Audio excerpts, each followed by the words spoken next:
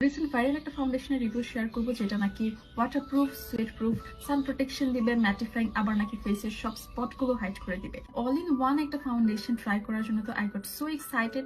So এটা আমি receive করেছি আর আজকে তোমাদের সাথে আমার ফার্স্ট ইমপ্রেশন আর এটা রিভিউ শেয়ার করবো। সো এটা হচ্ছে এমিলি প্যারিস ফাউন্ডেশন। অরিজিনাল ফাউন্ডেশনটাতে কিন্তু এরকম একটা স্টিকার থাকছে। ফাউন্ডেশনটার প্যাকেজিংটা 100/100। যে কোনো হাইড ফাউন্ডেশন থেকে ইট লুকস মাচ বেটার। কিছু স্পটস মেক করে নিচ্ছে, ডার্ক স্পটস এন্ড পিগমেন্টেশনস। ওকে, হচ্ছে আমার ফাউন্ডেশনটাকে ব্লেন্ড করার পালা। ডার্ক সার্কেলস গুলো কভার করতে পারে যেগুলো আমি ফেক মেক করেছি।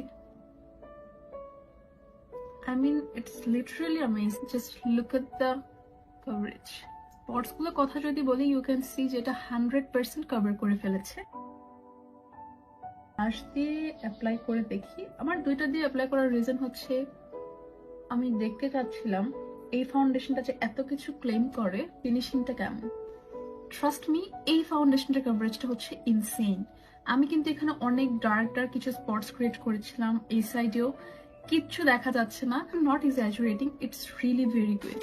এটা ড্রাই কম্বিনেশন স্কিন থেকে শুরু করে বাকি সব স্কিনেই মোটামুটি ইউজ করা যাবে। এই ফাউন্ডেশনটা অনেক বেশি গ্লোই একটা ফিনিশিং দিচ্ছে।